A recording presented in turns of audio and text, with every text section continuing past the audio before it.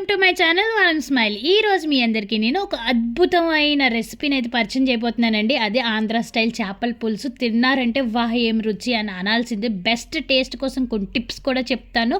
Skip చేయకుండా వీడియోని ఫుల్గా చూసేయండి. మీకు నా వీడియోస్ నచ్చితే please subscribe to my channel. ఫస్ట్గా మనకు కావాల్సింది చేపలండి. చేపలను ఫ్రెష్గా తీసుకుంటే టేస్ట్ అనేది చాలా బాగుంటుంది. అండ్ ఇది నీసువాసన రాకూడదు అంటే నిమ్మకాయతో అనేది కడుక్కోండి. అస్సలు నీసువాసన అనేది రాదు, చాలా బాగుంటుంది అనమాట. నెక్స్ట్ మనం చేపల పులుసులో బేస్ కోసం మనం ఉల్లిపాయల్ని, జింజర్ని, గార్లిక్ని తీసుకోవాలండి. వీటిని బాగా ఫైన్ పేస్ట్ కింద గ్రైండ్ చేసుకో. దీనివల్ల టేస్ట్ అనేది చాలా బాగుంటుంది అనమాట. ఒకసారి ట్రై చేయండి. నెక్స్ట్ మనం ఒక గిన్నెలో ఆయిల్ అనేది వేసుకొని కొంచెం ఆవాలు, నెక్స్ట్ మెంతులు అండ్ జీలకర్ర కూడా వేసుకొని ఫ్రై చేసుకోవాలండి. ఈ మూడు ఆప్షనల్, మీకు కావాలితే వేసుకోండి, లేకపోతే స్కిప్ చేసేయండి. అంత మ్యాండేటరీ అయితే ఏం కాదు. ఒక్కొక్కరు ఒక్కొక్క రకంగా చేసుకుంటారు కదా. నెక్స్ట్ దీంట్లోనే మనం కొంచెం ఎండుమిరపకాయలు అండ్ కరివేపాకు అనేది యాడ్ చేసుకో. ఇది మాత్రం మస్ట్ అండ్ షుడ్ అండి. అసలు మీరు తప్పకుండా ఇవి వేసుకోవాల్సిందే. తర్వాత ఇవి వేగిన తర్వాత మనం కొంచెం గ్రైండ్ చేసి పెట్టుకున్న ఉల్లిపాయలు, అల్లం వెల్లుల్లి పేస్ట్ అనేది మొత్తం వేసుకొని బాగా ఫ్రై చేసుకోవాలి. ఇది అంతా వాటర్ అంతా వదిలేసి బాగా నూనెలో వేగేంత వరకు, గోల్డెన్ బ్రౌన్ కలర్ వచ్చేంత వరకు బాగా ఫ్రై చేసుకోవాలండి. అప్పుడే చేపల పులుసుకి టేస్ట్ అనేది ఉంటుంది. మీరు పచ్చి పచ్చిగా ఏగకుండా అనేది చేస్తే మాత్రం అస్సలు బాగోదన్నమాట. మనకు వేగిందని ఎలా తెలుస్తుంది అంటే, మనకి ఈ బబుల్స్ వస్తున్నాయి చూసారా, వాటర్ అంతా ఇంకిపోయి ఈ గ్రేవీ అంతా టైట్గా అయిపోయి కిందన అడుగంటుతుంది, అంటే ఆయిల్ అంతా వదిలేస్తుంది అనమాట. అప్పుడు మనకి ఇది బాగా ఫ్రై అయిపోయిందని ఇండికేషన్ అనమాట. కొంచెం సాల్ట్, పసుపు కూడా వేసుకొని ఫ్రై చేసి సాల్ట్ కూడా యాడ్ చేసుకోండి. సాల్ట్ యాడ్ చేసుకోవడం వల్ల ఏమవుతుందంటే బేగా ఉల్లిపాయల ఈ పేస్ట్ అనేది మగ్గిపోతుంది అనమాట.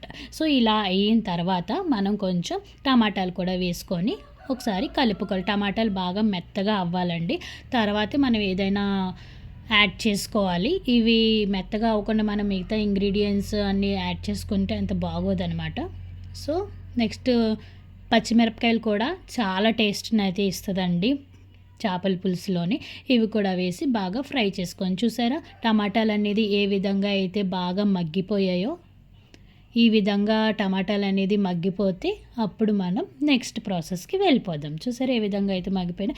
ఇప్పుడు ఉల్లి కూడా బాగా ఏగిపోయింది. చూసారా ఆయిల్ అనేది ఏ విధంగా అయితే బయటకు వచ్చిందో, గోల్డెన్ బ్రౌన్ కలర్గా చూసారా బాగా ఫ్రై అయిపోయింది.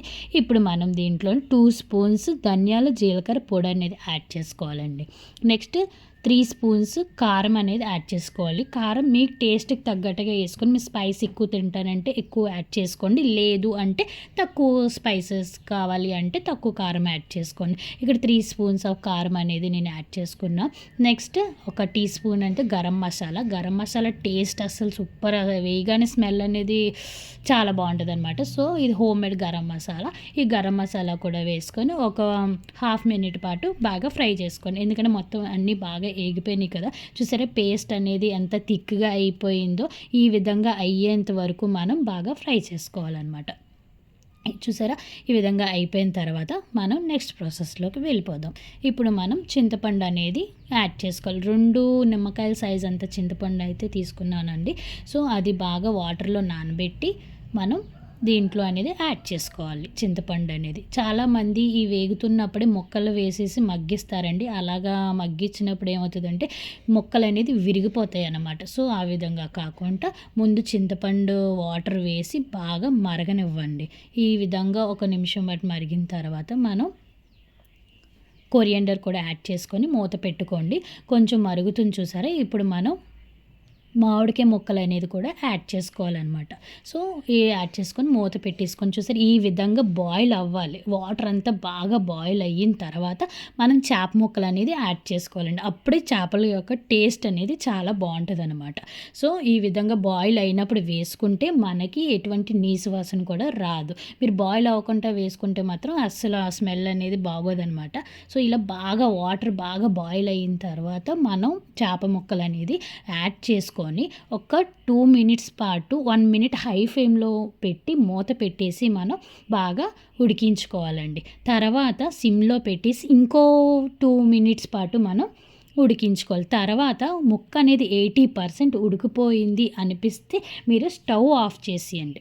ఎందుకంటే ఫుల్‌గా కుక్ చేస్తే అసల చేప యొక్క టేస్ట్ పోతదండి.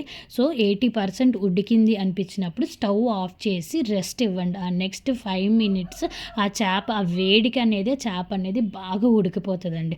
అలా ఉడికినప్పుడు ఆ చేప పర్ఫెక్ట్‌గా ఉడుకుతది. అప్పుడు ఆ టేస్ట్ చాలా సూపర్‌గా ఉంటది. మీరొకసారి ట్రై చేయండి. చేపని ఎప్పుడు బాగా అంటే ఎక్కువ సేపు ఉడకబెట్టకండి. అస్సలు బాగోదు. దాని ఒరిజినల్ టేస్ట్ అనేది పోతదనమాట. ఇప్పుడు ఈ విధంగా చూసారు చేప అనేది పర్ఫెక్ట్‌గా ఉడికిపోయింది. బ్రేక్ కూడా అవ్వలేదు.